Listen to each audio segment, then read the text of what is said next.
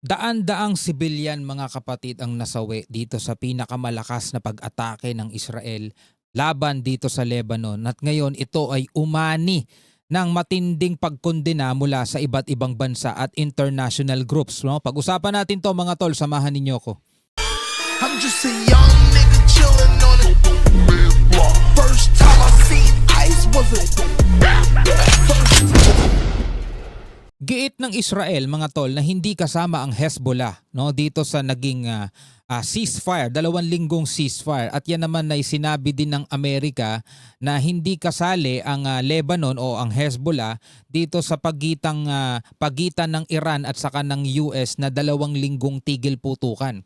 So dahil diyan mga kapatid ay umatake itong Israel dito sa Lebanon, dito sa tinuturing nilang pugad ng Hezbollah na nagdulot ng pagkasawi ng daan-daang sibilyan at ikinasugat naman ng mahigit o humigit kumulang 1,000 individual mga tol. No? Etong balitang ito ay mula rito sa UNTV News mga tol. Samahan ninyo ako at panoorin natin ito dahil iba't ibang international groups at iba't ibang mga bansa mga kapatid ang kumundena o tumuligsa dito sa ginawang ito ng Israel. No? Samahan ninyo ako mga tol. Nagdulot ng malawakang pagkasira at pagkamatay ng daan-daang sibilyan ang pinakamalakas na pag-atake ng Israel sa Lebanon mula nang magsimula ang digmaan sa gitnang silangan kung saan target ang mga lugar sa Beirut, Bekaa Valley at timog na bahagi ng bansa.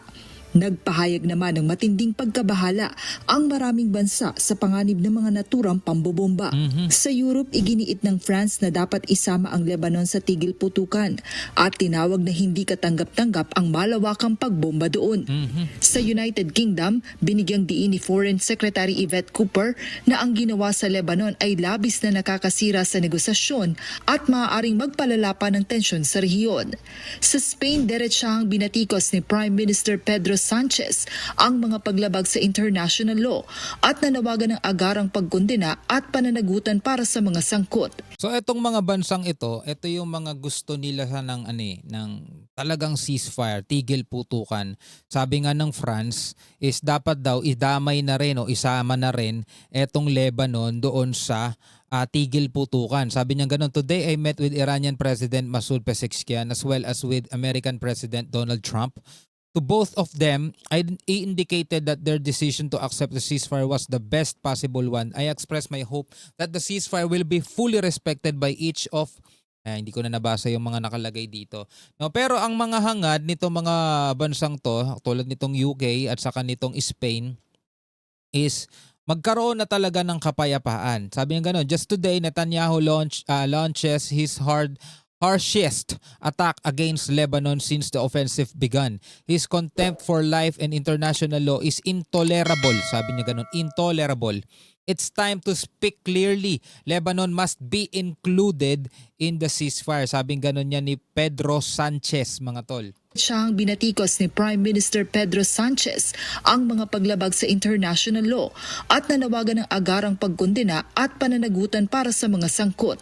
Sa Italy, ipinahayag din ni Foreign Minister Antonio Tajani ang pakikiisa sa Lebanon at tinawag na unjustified at unacceptable ang mga pag-atake sa mga sibilyan. Kawawa din naman kasi yung Lebanon, di naman talaga sila kasali dyan no? Nakisali lang yung Hezbollah. Well, ano kasi yun proxy ng ano yun ng Iran yun at suportado nila o nakasupport sila dito sa Iran. Kaya nga dun sa 10-point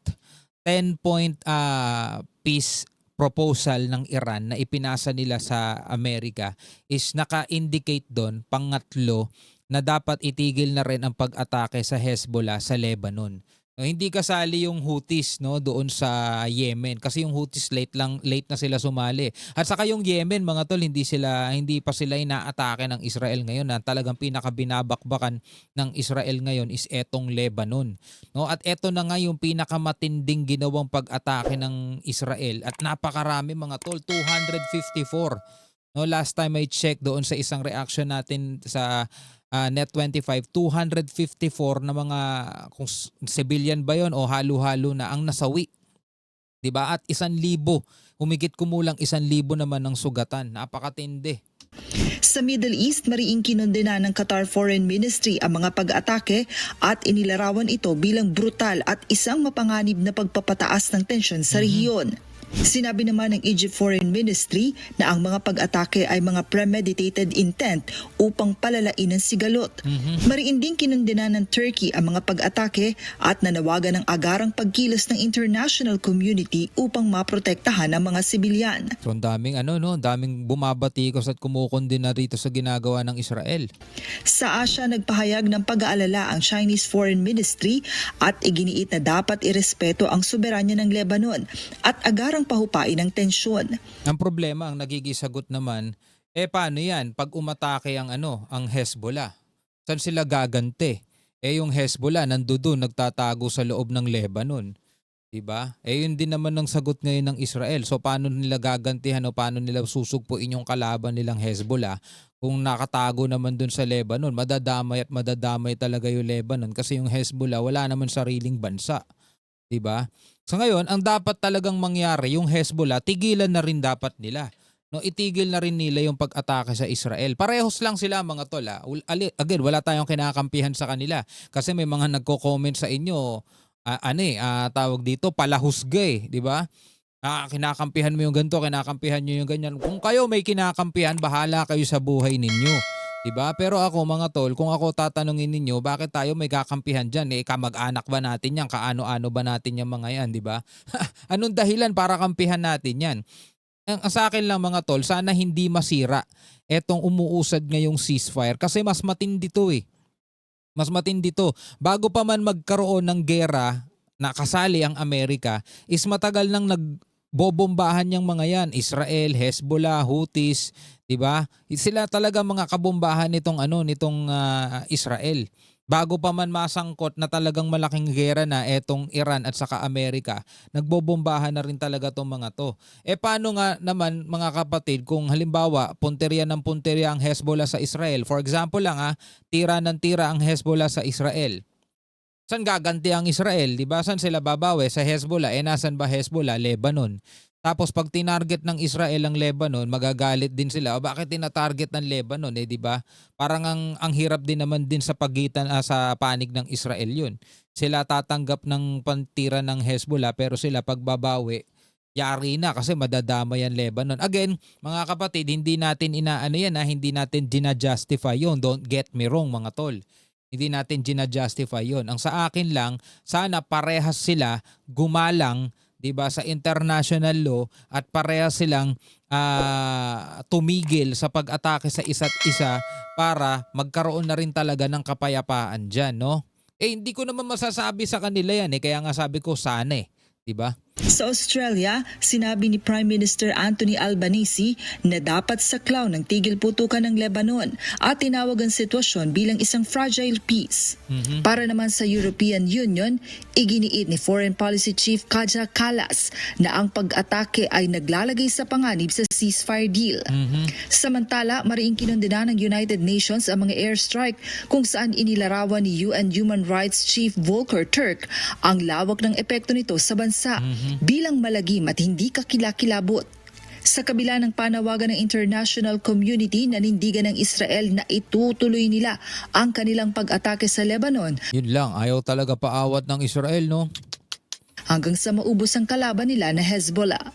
Kaso buti sana kung walang ibang nadadamay, di ba? Hezbollah lang talaga. Yung problema mga tol, napakaraming nadadamay. Yun yung masakit dun Di ba? Yun yung kumbaga unfair para sa mga ayaw din ng gera, ayaw ng ganitong gulo at gusto kapayapaan.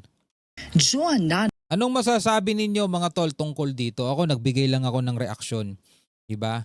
Hindi lang Israel ang dapat kinukondena diyan, dapat kinukondena rin ng mga bansa etong Hezbollah rito sa Lebanon. Di ba? Kasi etong Hezbollah, nakatago sila sa gitna ng Lebanon Pwede nilang targetin ng Israel. Pero kapag sila tinarget ng Israel, ayan nadadamay pati yung mga Lebanese ko. Kawawa naman yung mga Lebanese.